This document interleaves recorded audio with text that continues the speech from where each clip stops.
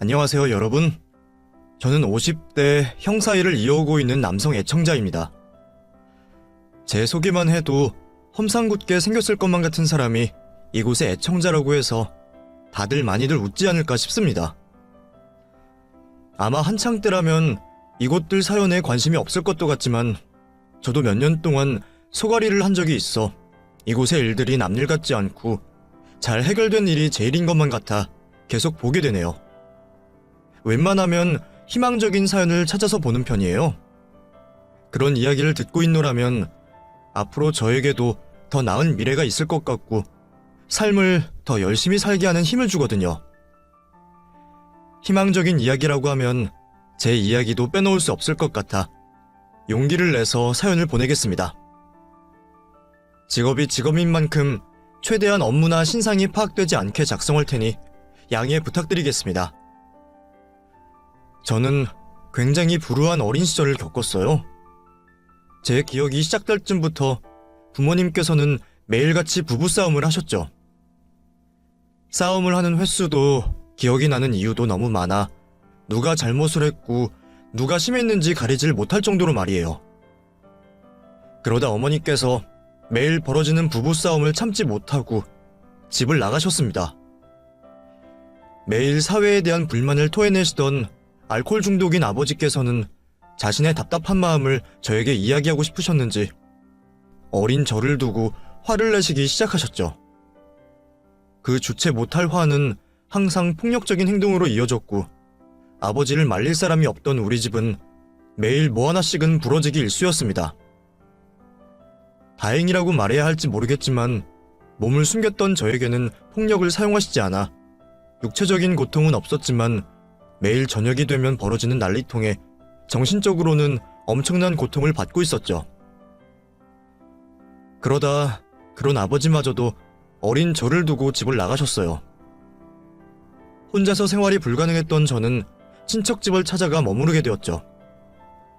하지만 친척들도 아무 죄 없고 불쌍하기만 한 저를 반기지 않았습니다. 이유는 아버지 때문이었죠. 평소 친척들에게 돈을 빌리고 행패를 부렸던 탓에 그의 아들인 저도 찍혀 있었거든요. 그러다 제가 있는 친척들 집에 아버지가 찾아와 돈을 요구하는 바람에 저 또한 친척들 집에서 얼마 머물지 못하고 다른 친척 집으로 전전해야 했죠. 아버지와 다른 삶을 간절히 바랬던 저는 제 인생을 스스로 개척해야 했고 아무것도 없던 저에게는 공부밖에 탈출구가 없었죠. 지독한 공부벌레가 되어 좋은 성적을 받았던 저는 어린 시절 영웅으로 생각되어 막연한 장래 희망으로 꿈꾸던 경찰을 목표로 삼고 경찰대학교에 입학을 하게 되었습니다. 그렇게 대학 졸업을 하고 순환보직을 거쳐 형사과 강력계로 들어가게 되었죠. 경찰만 되어도 성공한 인생이라 생각했는데 하나의 꿈을 이루니 더 큰 꿈을 이루고 싶었습니다. 바로 결혼이었죠. 정확히 말하면 가정을 꾸리고 싶었습니다. 하지만 고아나 다름없는 제가 박봉의 위험한 직업까지 하고 있으니 정말 꿈같은 일이었죠.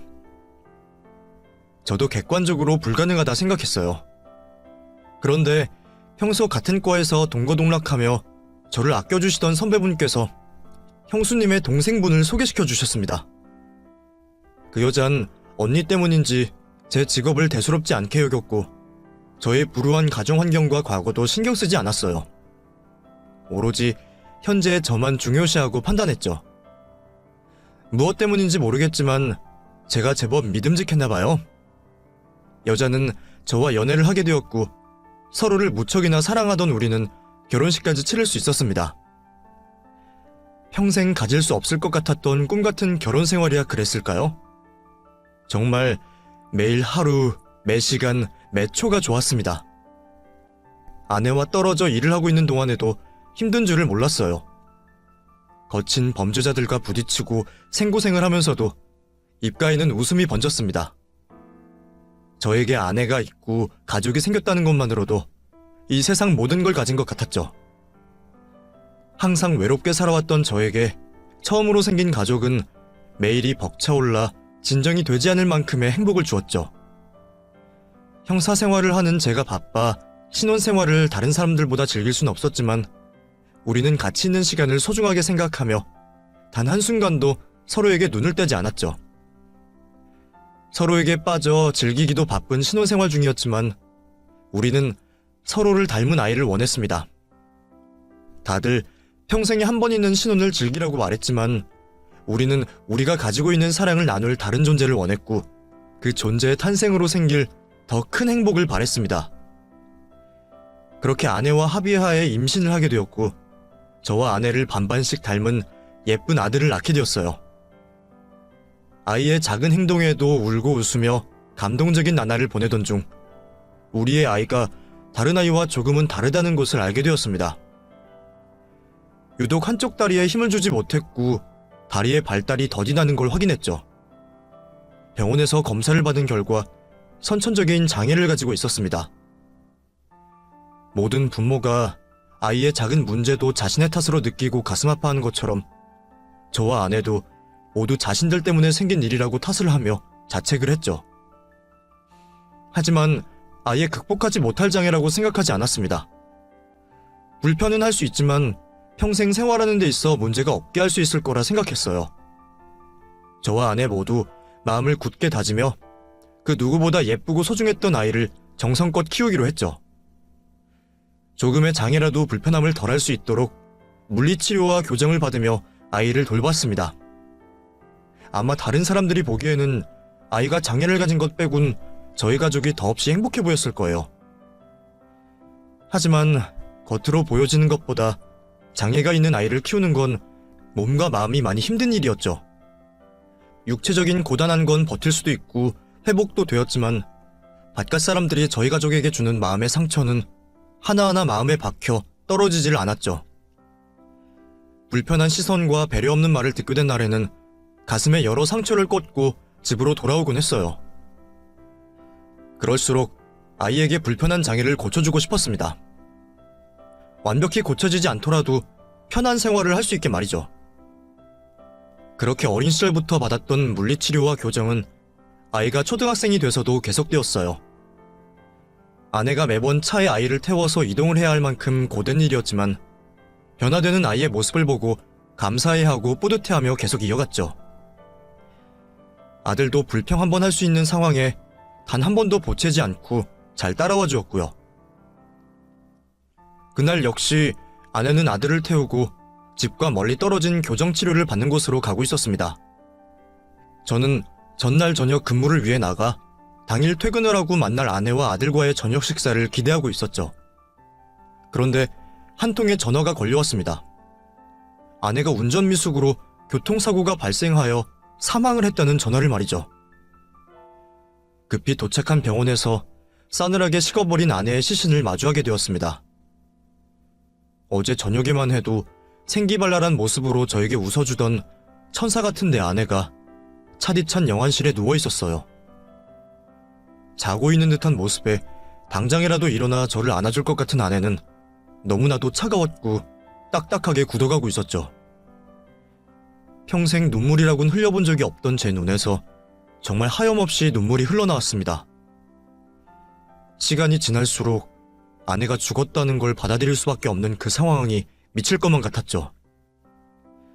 한참 동안 아내의 곁에서 감정을 주체 못하던 저에게 아들의 얼굴이 머릿속을 스쳤어요. 저는 곧바로 아이의 행방에 대해서 묻게 되었죠. 그런데 사건 현장에서 아이를 보지 못했다고 하는 겁니다. 분명 아내는 아이와 함께 치료를 받기 위해 운전을 하고 있었는데 이게 무슨 일인가 싶었죠. 혹시 아이가 치료를 받고 있는 중에 아내가 운전을 하다 사고가 난 건가 싶어 아들이 교정치료를 받고 있는 곳에 전화를 해봤죠. 하지만 그곳에서는 금일 아이와 아내가 찾아오지 않았다고 했습니다. 저는 곁에 있는 형사에게 아들을 발견 못한 걸 불같이 화를 내며 사건 현장으로 달려갔어요. 차 안에서 발견이 되지 않았다면 사건 현장 어딘가에 사고의 충격으로 날아갔거나 정신이 없어 밖으로 나와 있을 수도 있었습니다. 담당 형사는 구조대원들과 경찰이 주변을 수색했다고 말했지만 저는 그 말을 믿지 않았어요. 하늘로 솟아오른 것도 아니고 땅으로 꺼진 게 아니라면 분명 사고가 발생한 근처 어딘가에 있을 거라고 생각했죠. 밤이 된 그곳 주변을 미친 듯이 헤치며 아들을 찾았습니다. 하지만 제 예상과 달리 아들의 모습은 보이지 않았죠. 제 휴대폰 번호도 알고 집 전화도 아는 아이가 부모에게 알리지 않고 이렇게 늦은 시간까지 연락이 없을 수 없었어요. 분명 어딘가에서 저의 도움을 필요로 하고 있다고 생각했죠.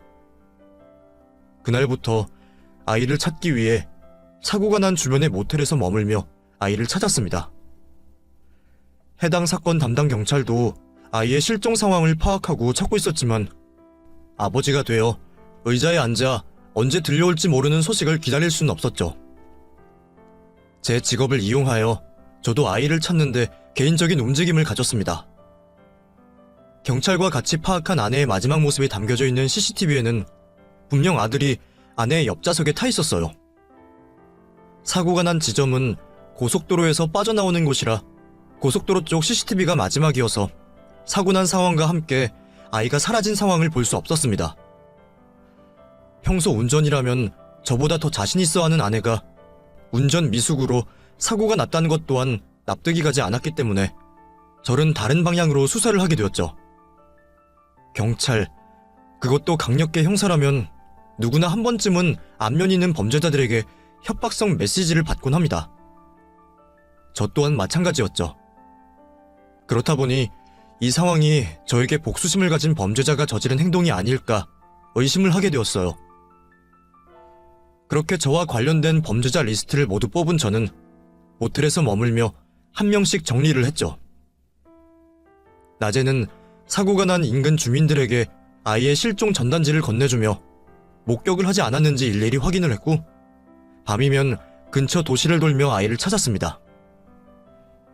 그리고 새벽이 되어 모텔에 돌아와서는 저에게 원한을 가질 만한 범죄자들을 추려가고 있었죠. 한 달이 넘는 시간 동안 그곳에 박혀있던 저는 아이가 그곳에는 없다는 확신을 하게 되었습니다. 경찰들 또한 아이가 다른 지역으로 이동을 했거나 좋지 못한 상황에 있음을 전했죠. 여기서 좋지 못한 상황이라는 것은 아이의 사망을 가리키는 거였어요. 부모인 제 입장에서 가장 상상하기 싫은 상황이었죠. 그래서 아들이 이곳을 떠난 것이라 생각했습니다. 경찰 측에서는 계속해서 아이를 찾는 데 노력을 해주겠다 약속했기에 저는 저에게 원한을 가진 범죄자를 수사하러 아내가 사고를 당한 지역을 떠나게 되었죠. 집으로 돌아오자 형사과 처형은 제가 마음 정리를 다 했다고 생각하셨나 봅니다. 그런데 복직은 하지 않고 경찰서를 들락날락하며 아내를 죽인 범죄자를 쫓는 모습을 보이자 저를 설득시키러 찾아오셨죠. 야, 창민아, 너 정말 정신 안 차릴래? 또 한 달 동안 밑에 내려와서 생활하는 거 내가 수습하느라 얼마나 힘들었는지 알아? 그리고 다른 팀원들은 생각 안 해. 안 그래도 인력 충원 안 돼서 힘든데 너 때문에 다들 집에도 못 가고 있어. 근데 너한테 빨리 돌아오려고 한 사람 하나 있냐? 처제 장례 치르고 밑에 있던 시간이 한 달, 돌아와서 원한 가진 애들 찾는다고 반달. 벌써 한 달 반째야. 우리가 처제 그렇게 되고 혹시나 싶어 너한테 원한 가질 만한 놈들 다 알아봤다고 했잖아. 애들이 정신없이 바쁜 와중에 일까지 처리하느라 얼마나 힘들었는지 알아? 재호 찾아야 하는 거 당연하지. 그래서 내가 꾸준히 그쪽에 재호 찾는 일에 잘 부탁한다고 압력 놓고 있잖아. 요즘 세상에 수사권 침범하는 것도 큰 문제야. 그런데도 내가 계속 도와주고 있잖아. 그럼 너는 네 자리로 돌아와야지. 재호 찾는 건 그쪽에 맡기고. 선배, 아니 형님 자식이 없어졌어도 그렇게 말씀하실 거예요? 저도 저 대신 재호 찾아줄 사람 있으면 이렇게까지 안 합니다. 그런데 재호에게는 저밖에 없어요. 이런 상황에 제가 포기하면 어떡해요? 누가 포기하라고 하든 그쪽에서도 찾고 있고 네 처형도 알아보고 있으니 너도 정신 차리라는 거 아니야? 다들 도와준다고 하는데 왜 너만 혼자 그 모든 걸 짊어지고 가려고 해? 그때는 형님과 처형의 그 말이 귀에 들어오지 않았습니다. 아들을 진심으로 걱정하고 찾는 사람은 저밖에 없다고 생각했어요. 결과물은 없고 아이 소식은 들려오지 않으니 애가 달아 식음도 전폐한 채 아이 찾는 일에만 전념을 하고 있었죠. 그때 다시 또 형님과 처형이 찾아왔어요. 너 죽고 나서 재호 만나면 무슨 소용이야? 살아서 재호 만나야 하는 거 아니야? 그리고 경찰 공무원증이라도 있어야 재호 찾는 데 수월할 거 아니야. 재호 돌아와서는 손가락 빨고 살 거야? 재호 몸도 불편한데 뭐든 모자라지 않게 해주려면 지금 열심히 살아도 모자란데 경찰 잘릴래? 이제 제발 정신 좀 차리자. 네 옆에 이렇게 많은 사람들이 걱정하고 재호 찾는데 도와주고 있는데 왜 이러는 거야? 너도 우리 좀 믿고 다시 서로 돌아와라. 그래, 창민아. 이 사람도 그렇고 나도 그렇고 재호 찾으려고 정말 백방으로 알아보고 있어. 우리 말고도 재호 걱정해서 찾는 사람 정말 많으니까 이제 그만 일상으로 돌아와서 정상적으로 재호 찾자. 이러다간 재호가 돌아와도 네가 없겠어. 조그마한 단서도 없는 이유로 제가 지친 건지 아니면 진심 어린 형님과 처형의 말에 설득이 된 건지 모르겠지만 돌아올 아이를 위해서라도 제가 이러면 안 될 것 같더군요. 돌아올 아이가 엄마 없는 가정에 잘 적응을 할 수 있게 만반의 준비를 해야겠다고 생각이 들었죠. 그렇게 저는 서로 다시 복직을 하게 되었고 아이를 찾는 일도 멈추지 않았습니다.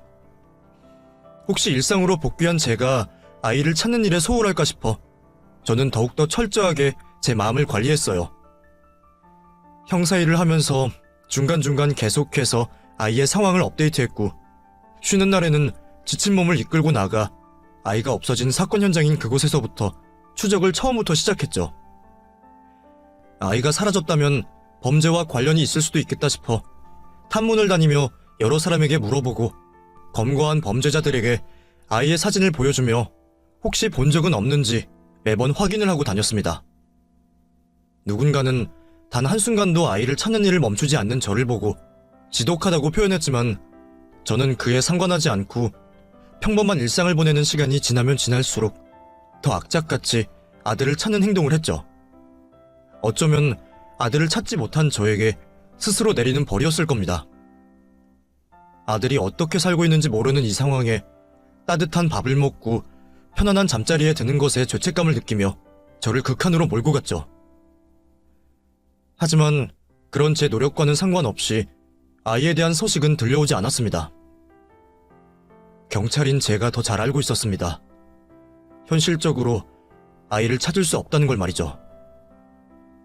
미성년자 실종인 경우 최초 실종일부터 72시간, 한 달, 그리고 1년, 매 시간이 지날수록 실종자를 찾을 수 있는 확률이 급격히 떨어졌습니다. 그런데 무려 9년이라는 시간 동안 아이의 자그마한 흔적조차 찾을 수가 없었어요. 장애가 있으니 일반인들에 비해 필수적으로 필요한 게 있어 분명 살아만 있다면 생활 반응과 제보가 있어야 하는데 그 어디에도 소식이 들리지 않았죠. 하지만 저는 경찰이기 이전에 재호의 아버지였기에 확률 따위에 목을 매지 않았습니다. 그리고 하늘나라에 있는 아내를 위해서도 반드시 아이를 찾아야 했어요. 상상하기도 싫었지만 만에 하나 재호가 이 세상 사람이 아니라고 한들 그 유해라도 찾아 수습하여 아내의 곁에 보내줘야 했습니다. 다른 사람들은 9년이라는 시간이 지나 과거에 비해 많이 차분해진 저를 보고 과거의 일을 잊고 살아갈 거라 생각했지만 아이를 찾기 위해 정신을 똑바로 차려야 한다고 생각하여 차분해진 것뿐이었지 아이를 찾아야 한다는 마음은 여전히 그때나 지금이나 똑같았죠. 24시간 365일 단 한순간도 잊지 않았습니다. 수사를 하고 출퇴근을 하는 중에도 아이와 닮은 모습을 보기 위해 온 신경을 쓰고 다녔죠. 여전히 쉬는 날에는 전국에 있는 장애인 시설과 보호시설을 다니며 재호를 찾아다녔어요. 오히려 경찰서에 앉아있는 것보다 수사를 위해 밖으로 돌아다녀야 한다는 걸 감사히 여겼습니다. 수사를 하는 데 있어 정신을 팔 순 없었지만 그래도 현장을 돌아다니는 게 아이를 찾는 데 0.1%라도 더 도움이 되었으니까요. 그렇게 지내던 차에 수사에 긴 시간 공을 들여야 하는 사건을 저희 팀이 맡게 되었습니다. 요즘 증가한 범죄인 보이스피싱 사건이었죠. 해외에 윗선이 있는 경우도 많았고 점조직화가 되어 수사에 굉장히 골머리를 썩히는 일이었습니다. 더군다나 최근에는 고액 아르바이트로 일반인들을 모집하여 범죄에 가담을 하게 만드니 피해자의 돈을 인출하는 사람을 잡아도 그 선에서 끝나는 경우가 많았습니다. 범죄 조직과 관련이 없는 사람들도 있었으나 범죄 조직원들도 섞여 있어 저희 경찰들도 많은 수사 시간을 필요로 했죠. 이번 건도 이전 수사처럼 윗선은 잡지 못한 채 피해자들만 더 양산할 수 있어서 좀 더 시간이 걸리더라도 확실하게 조직을 검거할 수 있는 작전을 계획하게 되었죠. 우선 모든 보이스피싱 수사가 그렇듯 인출책부터 수사를 시작했습니다. 돈을 인출하는 CCTV를 이용하여 몇몇 보이스피싱에 가담한 인출책들을 잡아 증언과 증거들을 확보해갔던 우리는 다른 인출책들처럼 아르바이트를 하고 있는 게 아닌 조직에 가담하고 있는 꼬리를 알아낼 수 있었습니다. 마스크를 착용하고 있어 신상을 알아낼 순 없었지만 그 인원이 수거, 피싱, 총책과 연결되어 있음을 알 수가 있었죠. 곧장 뒤를 밟았고 보이스피싱이 이뤄지고 있는 사무실과 함께 각각의 조직원들의 거주지들도 하나씩 확보하게 되었죠. 한 번에 소탕을 해야 2차 범죄 방지와 피해 금액 확보를 할 수 있었기에 확인의 확인을 거쳐 단 한 명도 빠져나갈 수 없는 동시 체포작전을 계획했죠. 그렇게 체포작전 당일이 되었고 사무실 쪽 인원을 담당하게 된 저와 형사들은 차 안에서 머무르며 사무실을 덮칠 적당한 때를 기다리고 있었죠. 거주지를 맡고 있는 곳에서 준비가 되었다는 연락이 왔고 저희가 맡고 있는 사무실에도 범죄와 관련된 모든 인원들이 들어와 있었습니다. 곧바로 체포작전이 시작되었죠. 마침 같은 층으로 식사 배달을 하는 분이 계셔 뒤를 따라갔고 문이 닫히는 틈을 타 활을 집어넣고 강제로 문을 열었습니다. 갑자기 들이닥친 경찰들로 인해 몇몇은 포기를 하는 듯 저희들 명령에 순순히 따랐지만 일부 사람들은 2층인 높이에서 창문으로 떨어지며 도망을 치기 시작했어요. 1층으로 뛰어내려가 도망간 인원을 따라가게 되었고 다리를 절며 뛰어가고 있는 조직원을 붙잡았죠. 미란다 원칙과 영장 내역을 고지하고 수갑을 채우며 저에게 잡힌 남자의 얼굴을 본 순간 전 너무 놀라 행동을 멈출 수밖에 없었습니다. 제가 잡은 사람이 범죄를 저지르기엔 너무 어리고 앳된 얼굴이라서 멈춘 게 아니었어요. 아직 앳된 얼굴을 가진 아이는 제가 기억하고 있는 사람과 너무나도 닮아 있었습니다. 꿈에서도 그리던 얼굴, 지난 9년 동안 단 하루도 잊지 않고 있던 아이, 바로 제 아들 재호와 너무나도 닮아 있었죠. 아니, 어릴 때 그 얼굴 그대로 똑같이 자라나 있었습니다.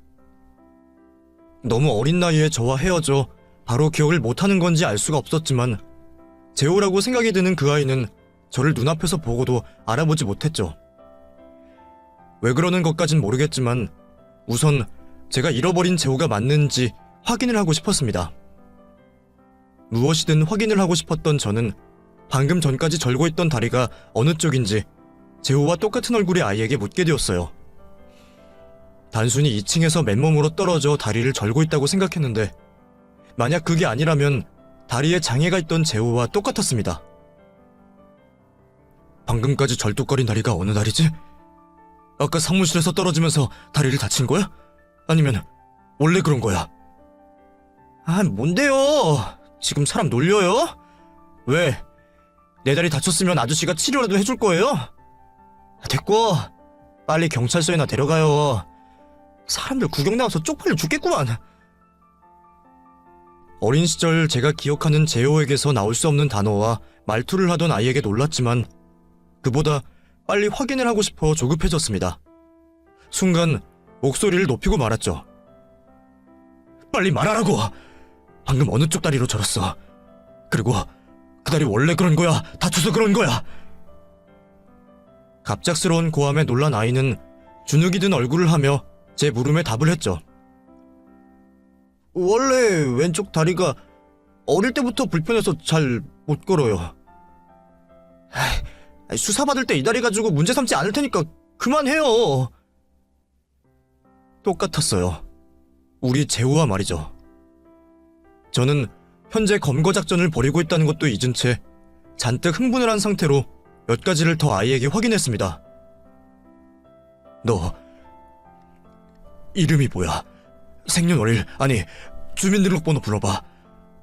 그리고 나 모르겠어? 내 이름 박창민이야. 내 아내 이름은 이윤미이고. 아, 진짜 왜 이러세요? 경찰서 가서 조사받으면 되잖아요. 사람들도 있는데 왜 길에서 이래요? 그리고 오늘 처음 본 경찰 이름을 제가 어떻게 알아요? 저랑 비슷한 사람을 착각하시는 것 같은데 저 아저씨 아예 처음 봐요. 이름 주민번호 불러주면 끝인 거죠? 이름 김민철, 주민번호 020728. 이름도 주민번호도 달랐습니다. 재호와 완전히 똑같은 얼굴을 하고 있었지만 그 외에는 같은 게 하나도 없었어요. 멍하니 눈앞에 있는 아이의 얼굴을 쳐다보고 있는데 저를 걱정하던 팀원들이 도착했습니다. 혼란스러운 상황에 정신을 놓게 된 저는 동료들의 부축을 받으며 일어났고 그 상태 그대로 경찰서를 가게 되었죠. 해야 할 일은 산더미처럼 있었지만 아까 전 재호와 똑같이 생긴 아이 때문에 온 정신이 아이에게 팔려 있었어요. 동료 형사들은 갑자기 이상해진 저를 보고 잠시 숙직실에서 쉬고 오라며 걱정들을 해주었죠. 아무 생각 없이 숙직실로 걸어가다 확실히 확인을 해야겠다는 생각이 들었습니다. 저는 다시 뒤로 돌아가 다른 형사에게 조사를 받고 있는 재호와 똑같은 얼굴이던 김민철이라는 아이에게 다가갔죠. 이름과 생년월일, 거짓이 없었습니다. 거기다 오늘 검거 전에도 몇 차례 전과가 있더군요. 모두 가벼운 절도 정도의 범죄였지만 이런 사람이 우리 재호일 거라고는 생각되지 않았죠. 아닐 거라는 생각을 저 스스로 되뇌며 제 할 일을 했습니다. 저희 팀을 포함한 경찰서 모두 오늘 있었던 검거 작전 성공으로 분위기가 들떠 있었어요. 총책까지 포함한 보이스피싱을 잡는다는 게 무척이나 어려운 일이었기에 다들 고생한 보람을 축하하며 기분 좋게 있었죠. 하지만 저만 그 분위기를 즐기지 못하고 있었습니다. 아니라고 마음을 정리하고 생각을 비우려고 해도 계속해서 김민철 그 아이가 생각났죠. 도저히 안 되겠다 싶어 축하를 하고 있는 팀원들 사이를 나왔고 조사를 한다는 명목하에 재호와 닮은 아이와 마주하게 되었습니다. 분명 틀림없는 재호가 맞았어요. 조사를 하며 어린 시절 재호에게 있던 특징들 모두 몸에 고스란히 남아있었거든요. 거기다 10살 전 기억을 가지고 있지 않은 것도 제 아들 재호라고 생각을 할 수밖에 없었죠. 하나씩 기억을 맞춰가려고 했지만 아이는 제가 자신의 아버지임을 부정하고 있었습니다. 그러니까 지금 아저씨가 제 아버지라는 말이죠? 그게 말이 된다고 생각해요?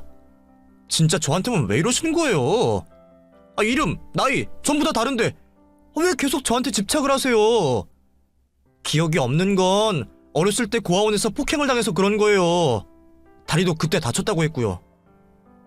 너 10살 전에 기억이 없다면서 그걸 네가 어떻게 알아? 증인이 있으니까 알죠. 저랑 같이 고아원을 나온 형들이 말해줬어요.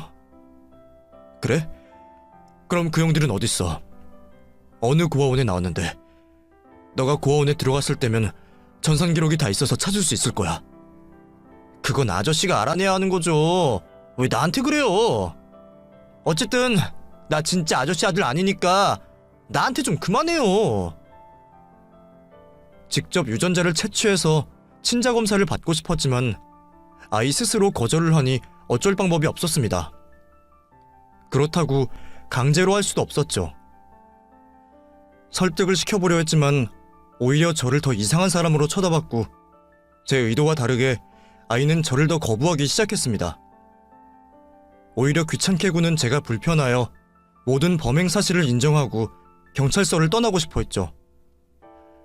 아이를 설득하는 게 실패를 하면서 다른 방법을 생각했던 저는 같은 고아원을 나왔다고 하는 사람들에게 사실을 물으면 된다고 생각했어요. 조사를 받고 있던 보이스피싱 총책 중 한 명에게 아이와 어떻게 알게 되었는지 묻게 되었죠. 그런데 제 절실해 보이는 모습 때문인지 그놈은 자신이 알고 있는 사실을 가지고 거래를 하려고 하더군요. 아이를 찾겠다고 옷 벗을 생각까지 했던 사람에게 해서는 안 될 행동이었습니다. 형사님께서 그게 왜 필요한지 모르겠지만 어쨌든 수사에 필요한 거 아닙니까? 그러면 이것도 수사협조인데 제가 도움드린 거 작성해 주시면 제가 생각 좀 해보죠. 내가 지금 범죄자 새끼한테 도움 구하는 걸로 보여? 교도소 가기 전에 병원 먼저 데려가 줄까? 어디 팔을 부숴줘? 아니면 다리? 지금 당장 김민철이라는 애 어떻게 알게 된 건지 말 안 하면 지금 내가 말한 곳 평생 못 쓰게 만들 줄 알아. 장난칠 시간 없으니까 당장 말해. 눈에 보이는 게 없던 저는 제 신분을 망각하고 협박을 했고 장난기라고는 하나 없는 제 눈빛을 본 그놈은 민철이를 어떻게 알게 된 건지 순순히 말했죠. 자신도 알고 있는 동생들에게 넘겨받은 아이라고 했습니다. 장애가 있고 오갈 곳이 없어 돌봐주기만 해도 쉽게 이용할 수 있다는 말에 거래를 하듯 돈을 주고 데려왔다고 하더군요. 몸이 불편하고 고집이 있어 다른 범죄에는 가담을 못 시키고 잔심부름과 굳은 일을 하고 있다고 말했죠. 그 외에는 자신도 아는 게 없다고 했어요. 저는 민철이를 넘겼다고 하는 녀석들의 신상을 받았고 그날 밤 바로 두 사람을 잡아냈습니다. 처음에는 모든 걸 부정하며 자신들과 관계가 없다고 말했지만 이미 자식이 관련이 될 수도 있는 일에 눈이 돌아버렸던 저는 목숨까지 위협을 하며 두 사람을 강력하게 압박했죠. 그렇게 겁을 먹은 그들의 입에서 꼬여버린 일이 어떻게 시작된 것인지 알 수가 있었습니다. 민철이는 재호가 맞았어요. 아내가 교통사고가 났던 것도 모두 그들 때문이었습니다. 아내가 평소와 같이 운전을 하며 재호의 치료를 받으러 가는 도중 맞은편에서 음주를 한 채 중앙선을 지키지 않고 속도를 내고 있던 두 사람의 차량을 보곤 핸들을 급히 틀다 사고가 났던 겁니다. 사고가 났을 때 그들이 119에 신고를 했어도 오늘과 같은 일은 생기지 않았을 거예요.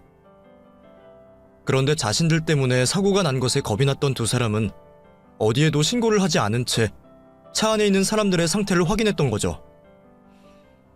아내는 피를 잔뜩 흘리며 의식이 없었는데 아들 재호는 크게 다친 곳 없이 멀쩡했다고 합니다.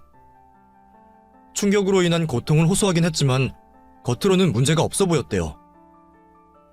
사고로 인해 아내가 죽은 걸로 판단했던 두 사람은 자신들이 교도소를 가게 될까 싶어 걱정을 했고 무사해 보이던 재호가 자신들을 목격했을지도 모른다고 생각하여 사고 현장에서 데려와 자신들이 머물던 곳으로 옮겼다고 합니다.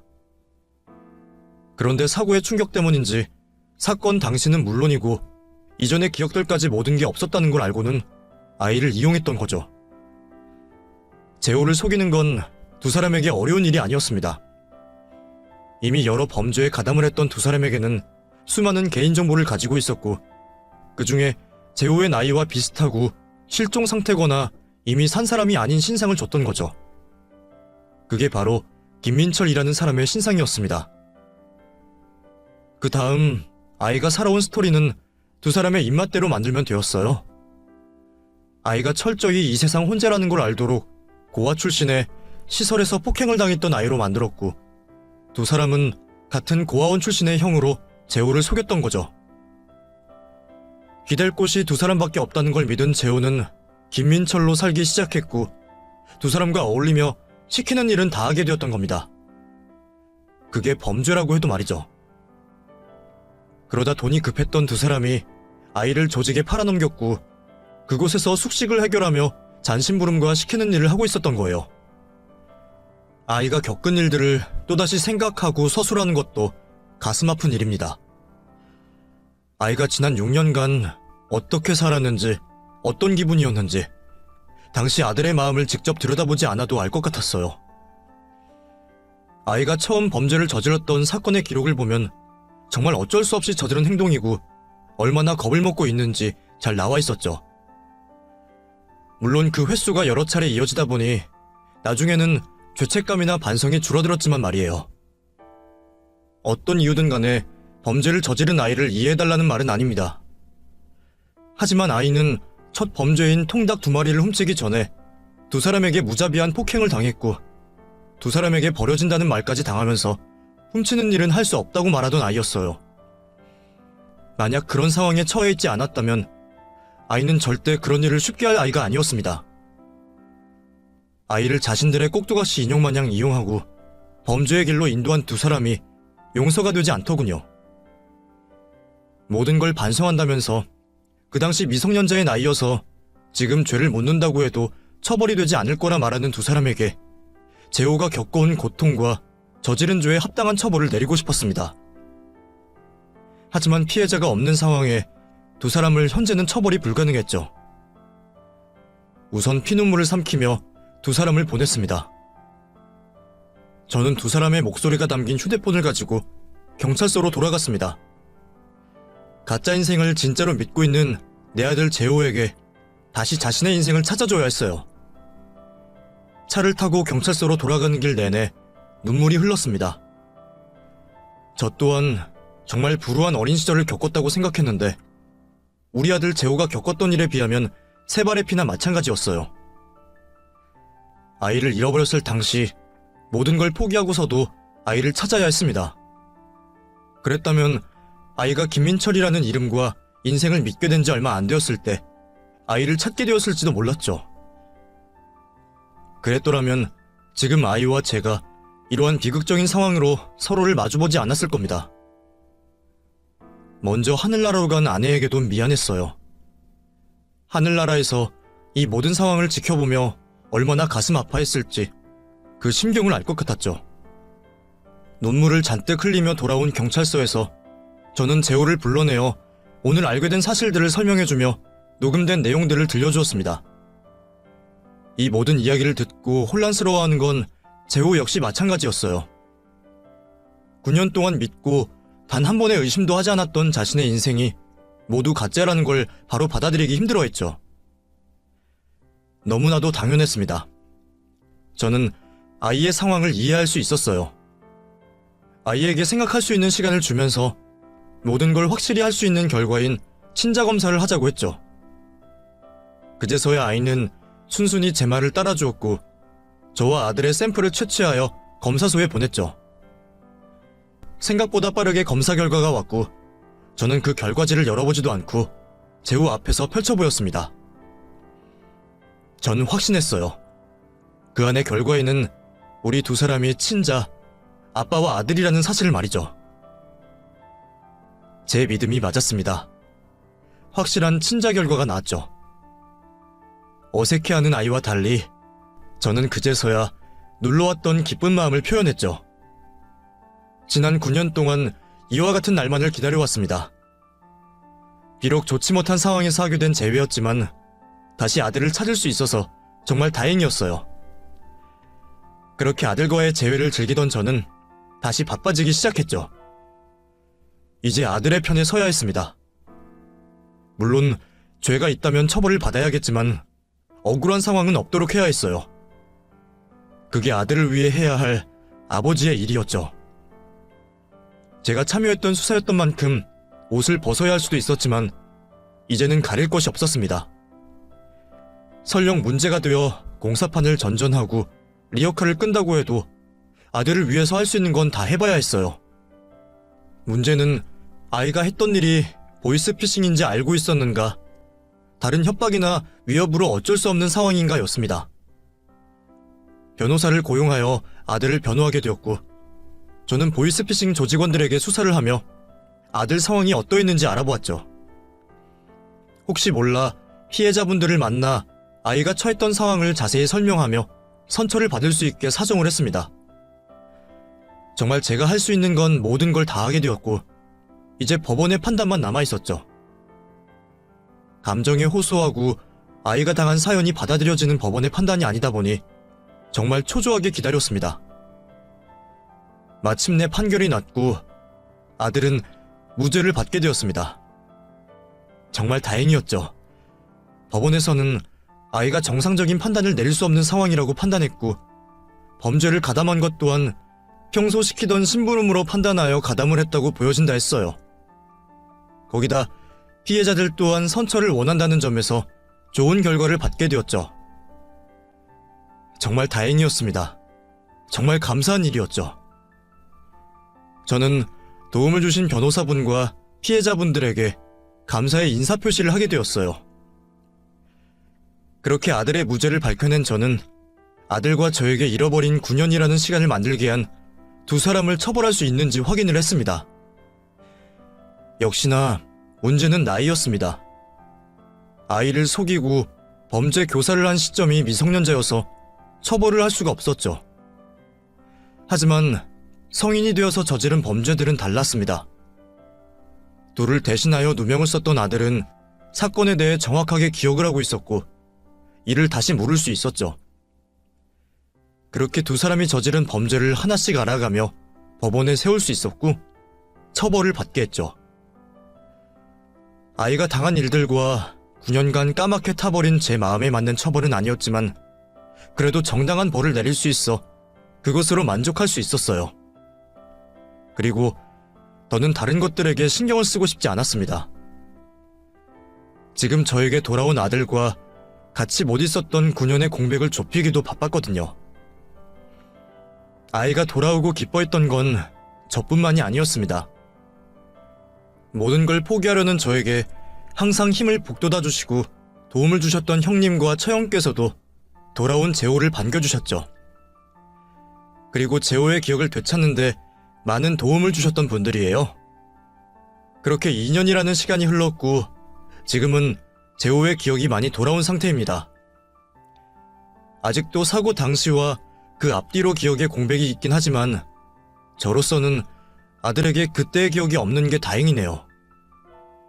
죽기 전 아내의 모습을 아들이 기억하고 자책이라도 할까 싶어서 말이죠. 상처난 고양이처럼 날카로웠던 아들은 자신을 기다리고 있던 가족의 품이 있다는 걸 알아서 그런지 많이 진정이 된 모습입니다. 지금은 과거의 자신을 반성하고 사회에 도움이 될 수 있는 사람이 되길 바라며 늦었지만 대학 입시를 준비 중에 있어요. 이제 이전보다는 한결 편안한 마음을 가지고 아들을 위해 살아가려고 합니다. 지난 9년간 못했던 아버지의 노릇을 하기 위해 하늘에 있는 아내에게 떳떳한 남편이 되기 위해 최선을 다해서 살아야죠. 아이가 잘 자랄 수 있도록 제 모든 노력을 다하며 재호를 키우겠습니다. 그럼 제 긴 이야기를 여기서 마치며 여러분 모두 가족과 함께 하시고 행복하신 매일 하루를 보내시길 바라겠습니다. 감사합니다.